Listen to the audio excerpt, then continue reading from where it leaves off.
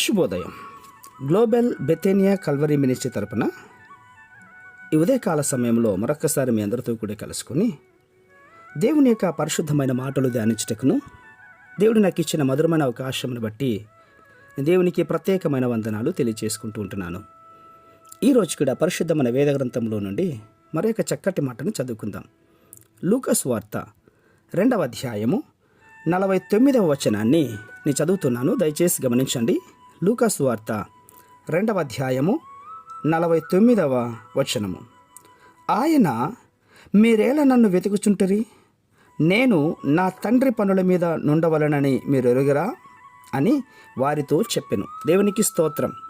అవును, యేసుక్రీస్తు వారు ఈ లోకంలో జీవిస్తున్నప్పుడు తండ్రి పంపినటువంటి పని పట్ల నమ్మకమైనటువంటి వాడిగా ఉన్నాడు.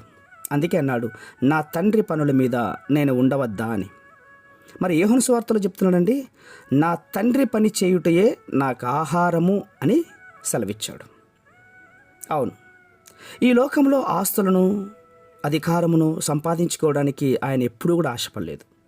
తన అధికారమును దురుపయోగం కూడా చేసుకోలేదు. కొద్దిలో నమ్మకముగా ఉన్నవారికి దేవుడు ఎక్కువ అప్పగించును.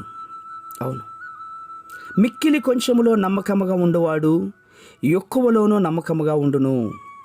మిక్కిలి కొంచెములో అన్యాయముగా ఉండువాడు ఎక్కువలోనూ అన్యాయముగా ఉండును. కాబట్టి మీరు అన్యాయపు సిరి విషయంలో నమ్మకముగా ఉండని ఎడలా సత్యమైన ధనమును ఎవరు మీ వశము చేయును? మీరు పరుల సొమ్ము విషయంలో నమ్మకముగా ఉండని ఎడల మీ సొంతమైనది మీకు ఎవడిచ్చును? Praise God. ఈ మాటలు కూడా లూకా సువార్త 16వ అధ్యాయము 10, 11, 12 వచనాల్లో చెప్పబడుతుంది. ప్రియులారా, నీవు నమ్మకంగా ఉంటున్నావా? నీ సమయాన్ని, నీ డబ్బును, నీ నమ్మకత్వాన్ని నీ ప్రభువు కొరకు వాడుతూ ఉంటున్నావా?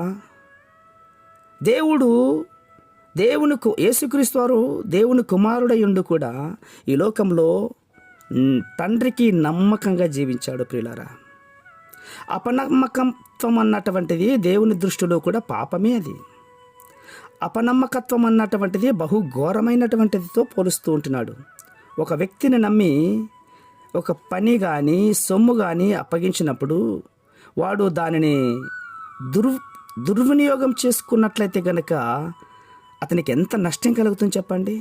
అందుకే అపనమ్మకస్తులైనటువంటి వారు అపవాదితో పాటు అగ్నిగుండంలో వేయవలసినదే అని హెచ్చరిస్తోంది. కాబట్టి మనము దేవుని పట్ల, ఆయన కార్యాల పట్ల నమ్మకంగా ఉండి బలానమ్మకమైన మంచి దాసుడా అని పేరు సంపాదించుకోవాలి. అప్పుడే తండ్రి పనుల మీద కూడా మనము నమ్మకంగా జీవించిన వారం అవుతాం. నీకు చిన్న పని అయినా సరే, పెద్ద పని అయినా సరే, పని ఏదైనా సరే అది దేవుడు నీకు ఇచ్చినటువంటి పనిని భయభక్తులతో చేయడానికి ఇష్టపడు.